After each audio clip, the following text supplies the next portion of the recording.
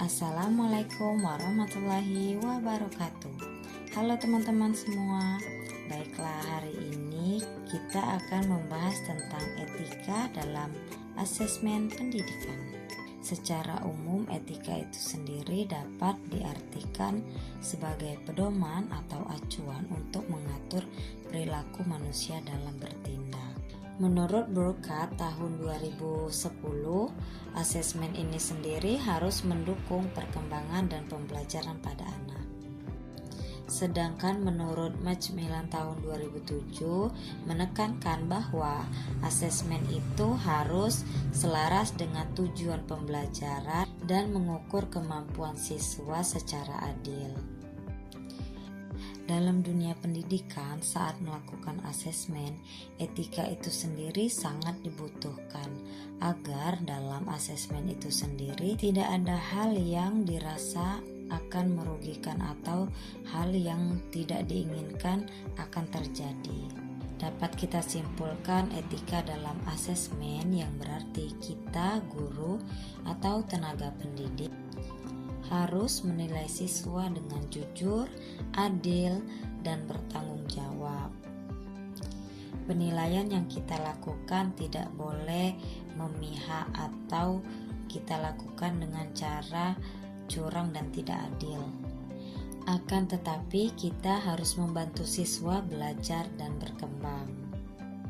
Selain itu, penilaian juga harus sesuai dengan tujuan pembelajaran dan benar-benar mengukur kemampuan siswa secara tepat dan adil.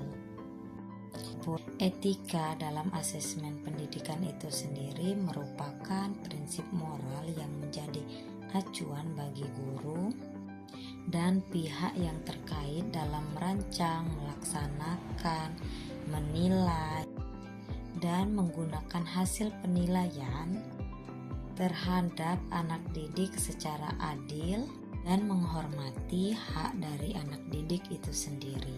Tujuan dari asesmen itu sendiri yaitu untuk menilai kemajuan belajar terhadap anak, mengidentifikasi kekurangan atau kelebihan anak, menentukan efektivitas metode dalam pembelajaran, serta umpan balik terhadap guru dan anak. Tujuan etika dalam asesmen yaitu untuk memastikan bahwa asesmen yang dilakukan itu adil dan menghormati hak anak.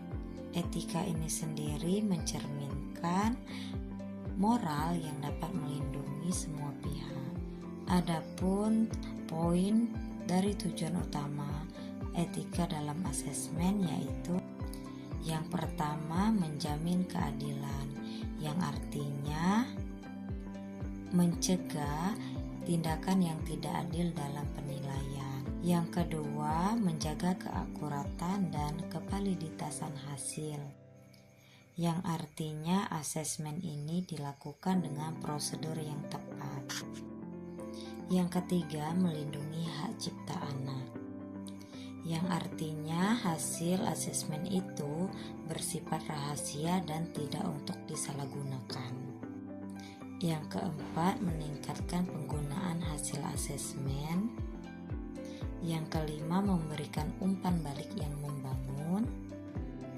Yang keenam, meningkatkan profesionalisme guru dalam melakukan asesmen itu sendiri. Adapun prinsip etika dalam asesmen menurut Nitko tahun 2001 yaitu akurasi, keadilan, tanggung jawab, transparansi, kerahasiaan, penggunaan yang tepat, umpan balik yang konstruktif, dan yang terakhir akomodasi dan intervensi lanjutan. Selanjutnya ada peran guru dalam menjaga etika asesmen. Etika asesmen ini sendiri menuntut kita, guru atau tenaga pendidik, untuk melakukan penilaian yang secara adil, objektif, dan bertanggung jawab. Selanjutnya, peran guru dalam menjaga etika asesmen. Sebagai perancang dan penilaian yang baik, guru membuat soal atau tugas yang jelas tidak memihak, dan sesuai kemampuan siswa. Guru juga menyiapkan pedoman penilaian supaya terbuka dan mudah dipahami. Sebagai pelaksana yang adil dan profesional, guru menjelaskan aturan dengan jelas, memberikan kesempatan pada semua siswa tanpa membeda-bedakan dari masing-masing siswa itu sendiri. Sebagai pelapor yang bertanggung jawab, guru menyampaikan hasil belajar dengan jujur dan tetap menjaga privasi siswa atau hak siswa itu sendiri. Selanjutnya, nilai ini sendiri digunakan untuk membantu perkembangan belajar.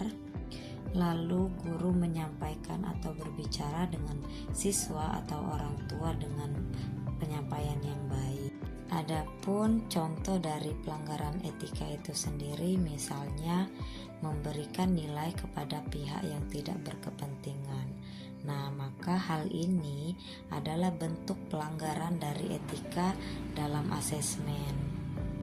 Dengan menjalankan peran-peran tersebut dengan konsisten, guru tidak hanya menjadi penilai, tetapi juga pendidik yang menjunjung tinggi profesionalisme dan keadilan dalam proses pembelajaran.